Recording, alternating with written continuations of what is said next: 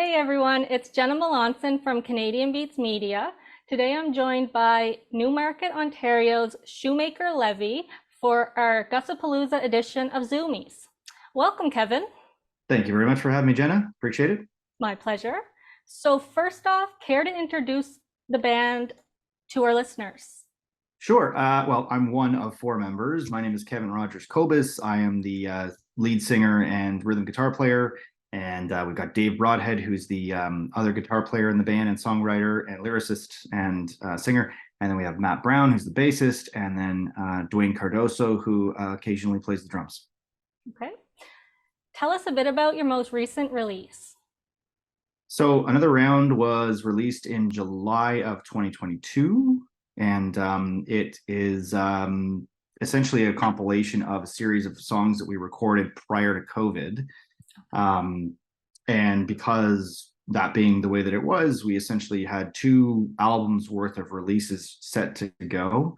But because studio time was complicated, we ended up ensuring that we could galvanize the remaining 8 songs that we had from our initial sessions, and they became kind of an EP for Another Round.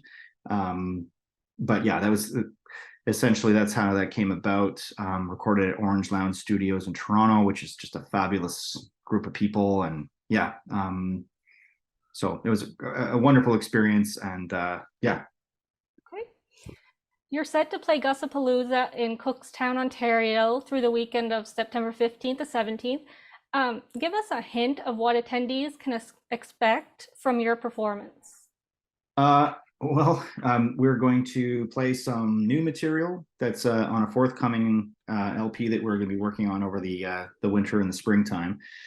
And then we're going to play some hopefully fan favorites. We're just going to try our best to bring our original music to that group. And Gussapolooza is a fantastic festival just because it focuses specifically on our original music and original artists. So yeah, we're leaning into that. So no cover material. It's going to be all Shoemaker Levee. Yeah. Great. If you could recommend only one song of your songs for attendees to check out before the festival, which would you choose?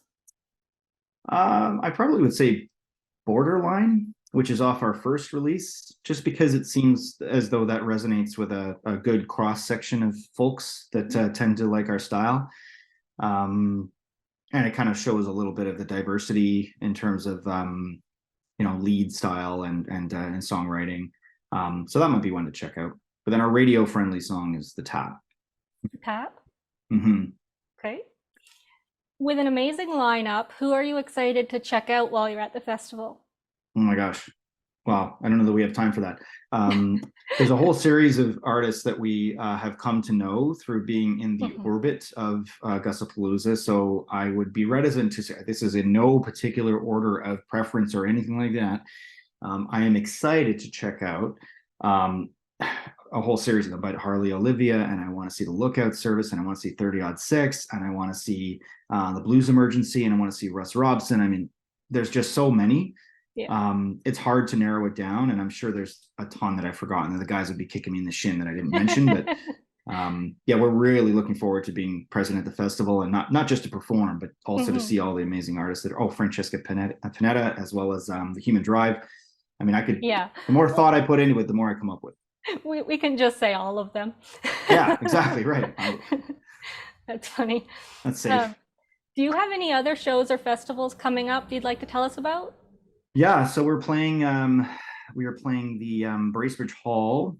I believe that's the weekend of the 29th of September. We've got the Terry Fox run happening actually the Sunday of the Gussapolooza. So we're sort of headed there and then headed right back to Gussapolooza. That's at Wilka Creek in Toronto. We've done that the Terry Fox run for 6 years in a row now. Nice. Yeah, they're just obviously a great organization, and we always love to support. So those are kind of the next things. And then we're playing a show up in Keswick. I think actually that's the 29th, but don't quote me on that. So we've got a few shows coming up. You can always check the Linktree account that we have for dates. Awesome. So the next 5 questions are just for fun. What was the first festival you ever attended as a fan? Oh my goodness. Um, I'd say it probably goes back to another roadside attraction when they used to have the hip would play there. Um, yeah, that's Okay, probably one of the first ones that I would remember going to, which I realize is dating myself, but what can you do? that's okay though. Mhm. The hip would have been a good thing to see For for sure. sure on a festival. Yeah. Um, when it comes to summer festivals like Gussapolooza, what is the first thing you always have to check out other than the music? So this year there's a series of additional aspects that they have to the festival to make it more inclusive in terms of an industry-related event. Mhm. They're doing training seminars, for example, which cover everything from kind of basic knowledge in terms of copyright, how AI is affecting the music industry and how to make the most of ChatGPT and other tools.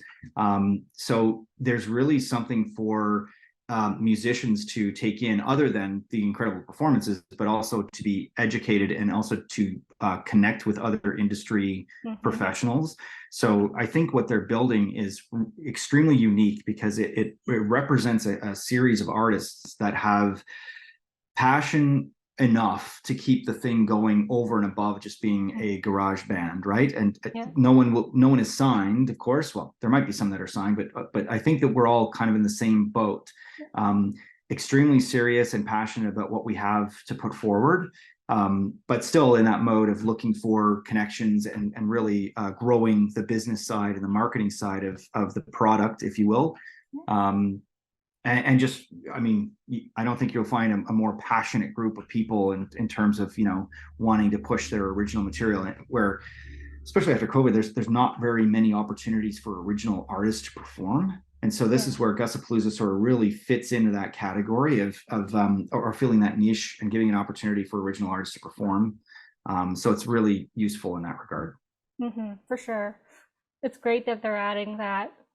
I like that. Mm-hmm. Mm-hmm. Um, so of course it's a festival. We need to talk food. What is Yep. one food or beverage that you always have to have during a festival? Personally, it has to have some semblance of Mexican food. I mean, that's just a given no matter what. But for Okay. that's just me because I mean, if there was only one food type left on the planet and it was Mexican, I'd be okay. Okay. And I think that that is represented in terms of the food trucks at Guspalooza. So I'm a happy guy. Mhm. Yeah, that would be my preference.